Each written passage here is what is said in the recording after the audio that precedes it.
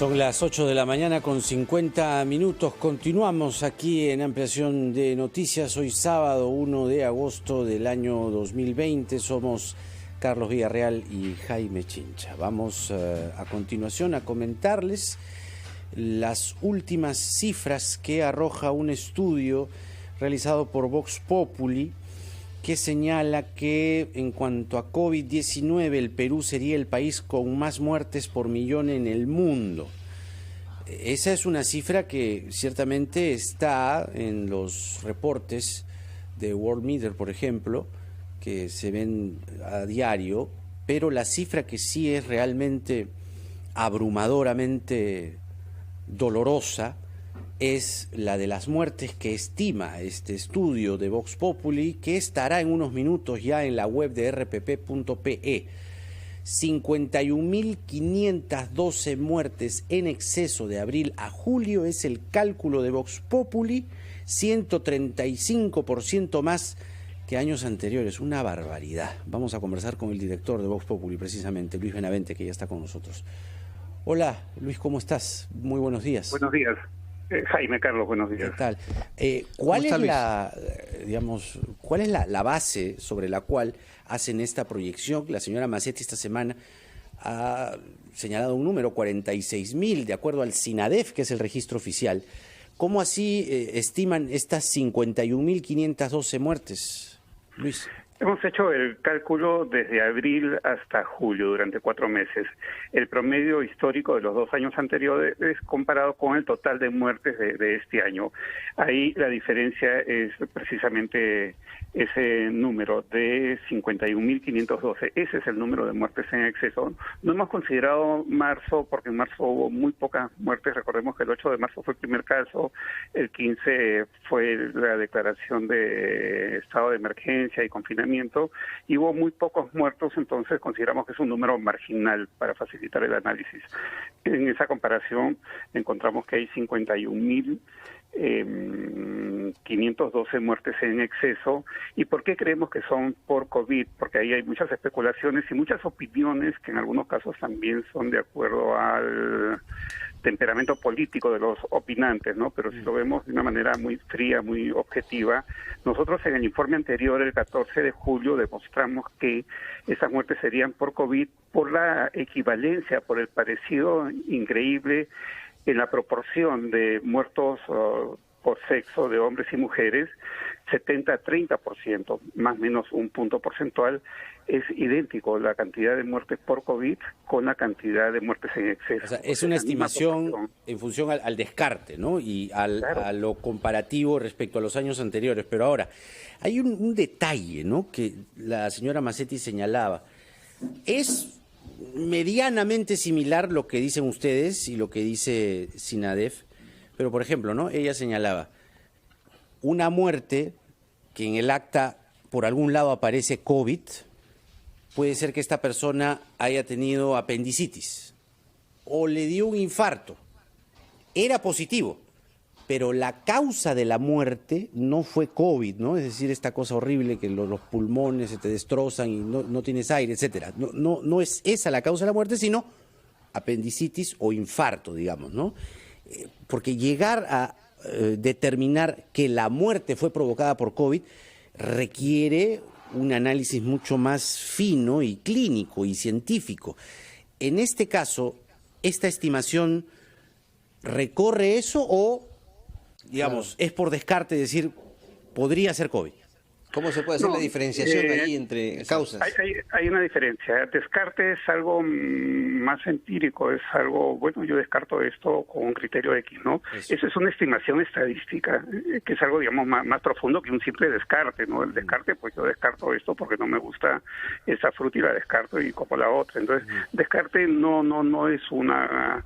Es algo válido, por cierto, en nuestra vida cotidiana, en la investigación, en todo, pero no corresponde a un rigor de investigación. La estimación proporción estadística sí. A ver, si hay esa proporción de 70-30, asombrosamente igual, cuando la proporción histórica es 53-47, entonces, carambas, ahí ¿qué está pasando? Es evidente, y si vemos muertos por otras causales históricamente, también encontramos esto. Pero hay más de eso, ¿no? Masetti en un momento dijo 43.000, está mencionando ahora, Jaime, 46.000. Sí. En cualquier caso, 51.000 es un número más o menos parecido, no es igual, pero también hay otro elemento. Se sabe que muchas muertes no son reportadas asesinadas, muertes que ocurren en lugares donde no hay... Las direzas no cuadra con Minsa, ¿no? Direzas tienen una data y Minsa tiene otra. Correcto, ¿no? Entonces, pero eso nos lleva a que podrían ser más todavía, 51.000 en base a cifras oficiales, pero si vemos los muertos no reportados, difícilmente se podría hacer una estimación de eso. En algún medio periodístico hace 2 semanas leí un informe bastante a fondo que podría ser un 30%. Entonces, eso elevaría de 51 a 70.000 los muertos por COVID. Y además, Jaime, otra forma de comprobar, claro que no científica, empírica, pero que es importante, es que tú abres tu Facebook y encuentras pues gente que está dando testimonios de muertes de conocidos, familiares, y es un solo de defunciones, ¿no? Eso es porque la probabilidad es muy alta. Ahora, una consulta. De acuerdo a cómo va esta proyección de contagiados y fallecidos, la proyección a fin de año, ¿cuánto sería? Y ahora, otro tema también, la ministra de Salud del Gobierno, en términos generales, ha decidido no reportar diariamente el número de contagios ni de fallecidos. No sé si esto le parece a usted una buena estrategia, ¿no?, desde el punto de vista del Gobierno, del Ejecutivo. Creo que no publicar diariamente, cuando se está publicando diariamente, hasta hace muy poco se ha estado publicando diariamente, cuando en todos los países prácticamente se publica diariamente, y cuando hay el antecedente de que en el Perú hubo ocultamiento al punto que tiene una implicancia política. Ayer el presidente del Congreso, Manuel Merino, dijo que ese punto del sinceramiento de las muertes será motivo de apoyo o no al gabinete cateriano, a ese punto, y creo que es importante ese aspecto. Entonces, yo creo que ahí hay un tema bastante claro para ahora, cualquier ¿Y la proyección a fin de año cuánto sería? Se habla inclusive de 1 de cada 2 peruanos que se habría contagiado. A ver, en este momento estamos en 1 de cada 638 peruanos, y esta cifra va cambiando. El 17 de julio la estimación era 1 de cada 650, en base a ese número de exceso, ¿no? Pero claro, ¿no? Y las micro tendencias, no las mensuales, las diarias, en los últimos días ha subido, ¿no? Ahora tenemos 51.512 como muertes en exceso, pero el día 17 de julio la estimación era mucho menor, era de unos 1.000 peruanos menos muertos. Entonces toda la tendencia, micro tendencia, la tendencia diaria va en aumento, lo cual se relaciona con la apertura de la actividad económica, con la mayor facilidad de circulación, de movilidad de las personas, que conlleva a un mayor acercamiento físico, y los números también nos dicen que en los meses últimos cada mes aumenta el número de muertos en 1.000. Es verdad. Ahora, esa proyección a la que se refería Carlos no lo ha dicho cualquiera, la dice el doctor Cárcamo, que es integrante del grupo Prospectiva, ¿no? Dice 2 cosas, dice varias, pero las 2 más saltantes es que él estima que para fin de año 1 de cada 2 estarán contagiados, 1. Y luego lo siguiente es brutal, es decir que las muertes que estima el doctor Cárcamo son 100.000 para el fin de año. Y si tenemos estos 51.000 que están estimando ustedes en el primer semestre, y si uno tira la línea de tiempo de acuerdo al movimiento de las cifras y al comportamiento, tendría sentido lo que dice Cárcamo. Dolorosamente cierto. Claro, ¿no? Exactamente. Y además la situación actual es muy fuerte, podría ser hasta más de 100.000.